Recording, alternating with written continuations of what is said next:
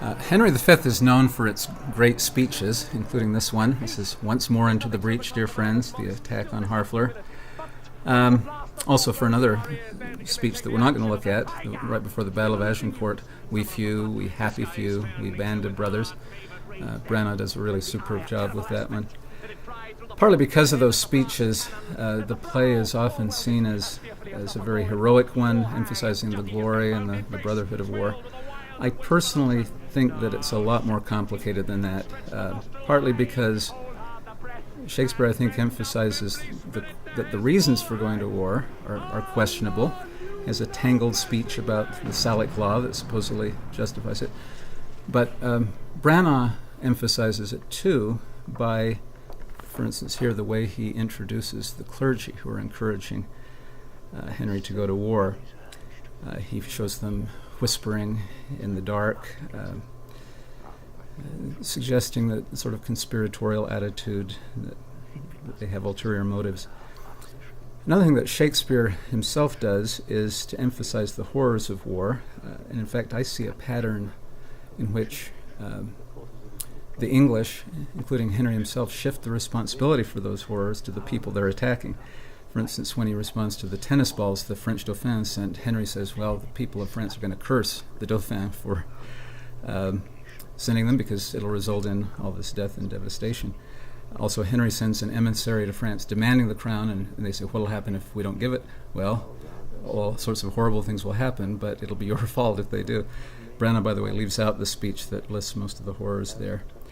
But Branagh does include another scene that we're about to look at, in which Henry comes to the people of Harfleur and says, please give in without a fight, because if you don't, we're going to rape, pillage, kill infants and old people, and it'll be your fault because I won't be able to control my men. So let's listen to that for just a minute. Actually, my students notice that maybe Henry is doing this because he doesn't really want to fight, and he's trying to scare them into submission. I will not leave the half-achieved Harfleur, till in her ashes she lie buried.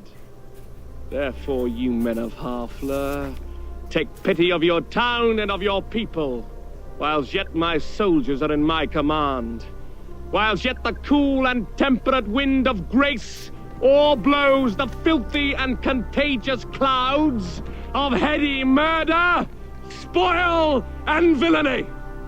If not, why, in a moment, look to see the blind and bloody soldier with foul hand defile the locks of your shrill, shrieking daughters, your fathers taken by the silver beards and their most reverent heads dashed to the walls, your naked infants spitted upon pikes, whilst the mad mothers, with their howls confused, do break the clouds! What say you? One thing that Branagh leaves out is a line that Shakespeare has in which Henry compares his soldiers to those of Herod, who, of course, were killing the infants at the time of Christ. Another thing that Branagh emphasizes, and Shakespeare does too, is the personal cost of kingship for Henry. He's had to execute a friend who turned out to be a traitor earlier in the play. And now here in France, he's having to approve the execution of another old friend who is guilty of robbing a church. Branagh does some interesting things here. He uses a flashback to Henry's time in the tavern before he became king and shows him with this man who's going to be executed. This flashback, by the way, is from an earlier play that Shakespeare wrote called Henry IV, Part 1. Branagh brings it in to help make sense of what's going on here. We'll see the flashback, I think, in just a moment.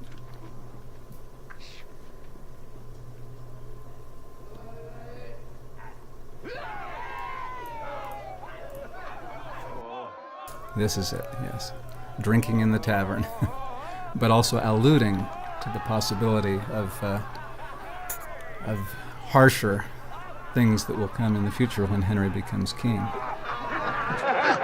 Do not, when thou art king, hang a thief. No.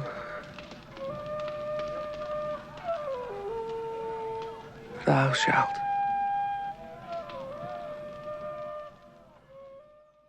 Besides this flashback, the other thing that Branagh does is to have Henry be very emotional here as he approves the execution.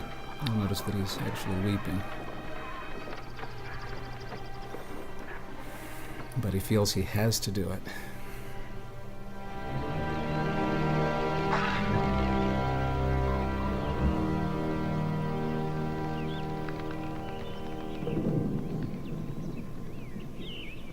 We would have all such offenders so cut off.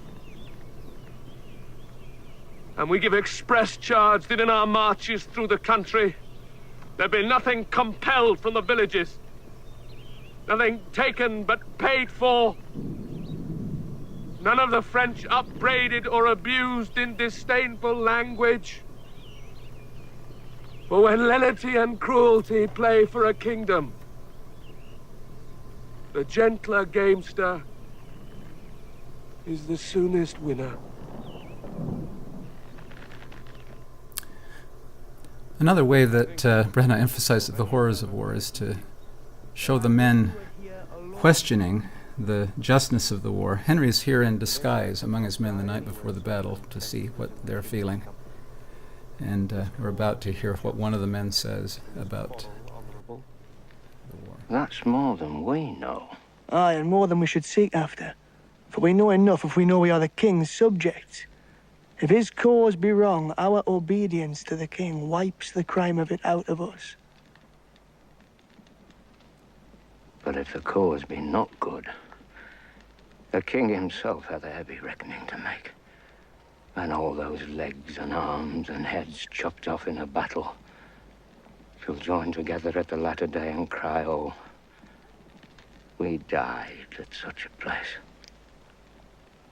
Some swearing, some crying for a surgeon, some upon their wives left poor behind them, some upon the debts they owe, some upon their children rawly left.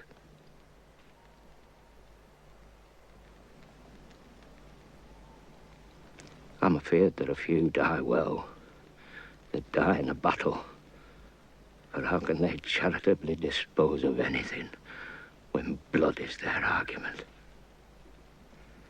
Now, if these men do not die well, it'll be a black matter for the king that led them to it. By the way, Henry gives a sort of response to that soldier, though I think it's a rather weak response.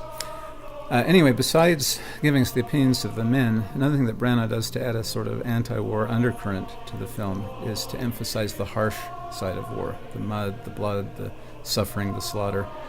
In contrast, by the way, to Sir Laurence Olivier, who a few decades earlier gave it another film version of this play that was rather sunny and sanitized in comparison.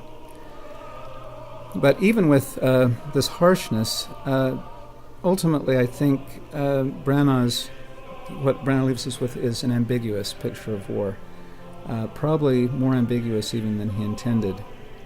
In this scene, for example, it's right after the battle. We're seeing the dead as they walk through the battlefield, but in the background is this beautiful music of the Te Deum, leaving us with a mixed feeling, maybe even a positive feeling. Yes, there's the cruelty, the barbarism, the suffering. There's also the glory and the camaraderie and the heroism.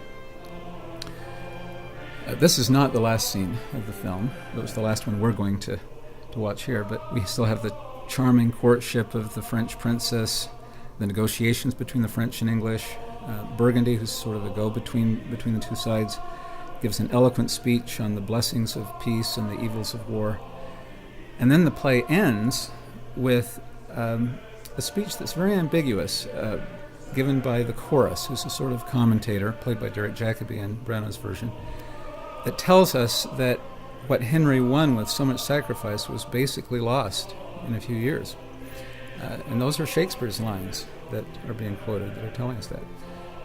So both Branagh and Shakespeare leave us with mixed feelings at the end of the play. So what are we to do with this play and with this film version? I think there are at least a couple of ways to view the film. One is to just get caught up in it and enjoy it. The other is to reflect on the ambiguities, to let the positive and negative things there jostle around inside of us and see what reflections they lead to and about the issues raised by the film.